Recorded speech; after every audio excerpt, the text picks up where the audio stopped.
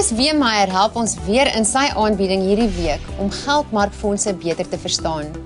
Chris, verduidelik asseblief vir ons presies wat geldmarkfondse is. Amelia, geldmarkfondse het baie voordele. Dit is hoekom hulle so gewild is by beleggers. Op die risikospektrum is geldmarkbelegging die met die minste risiko. Nou, ek dink die belangrike ding is die hoofdoel van 'n geldmarkbelegging is nie noodwendig om kapitaalgroei te kry nie, maar eerder renteinkomste te verdien. Die kapitaal is veiliger as in 'n bank omdat dit tussen verskillende banke versprei is en dan sal dit ook meer rente verdien. Maar vergeleke met aandele en gebalanseerde fondse is die bestuursgelde ook laag en die belegger se kontant is redelik beskikbaar as dit nodig sou word.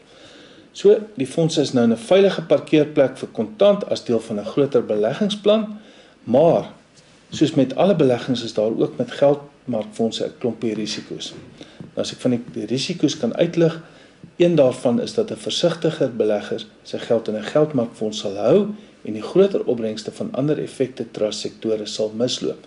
Dit is hoekom ons altyd moet klem lê op 'n gediversifiseerde portefeulje. Die ander risiko is dat beleggers in 'n geldmarkfonds miskien nie die reële opbrengs sal kry nie. Dit was soms die geval wanneer die inflasiekoers hoër was as die opbrengs op 'n geldmarkfonds.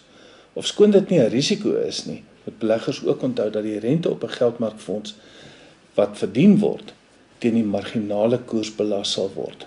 So wat ons daarby bedoel is daai rentekoerse word belas asof dit inkomste was. Geldmarkkoerse is ook aan rentekoersrisiko onderhewig. Wanneer rentekoerse daal, neem die opbrengste ook af. Dankie Chris.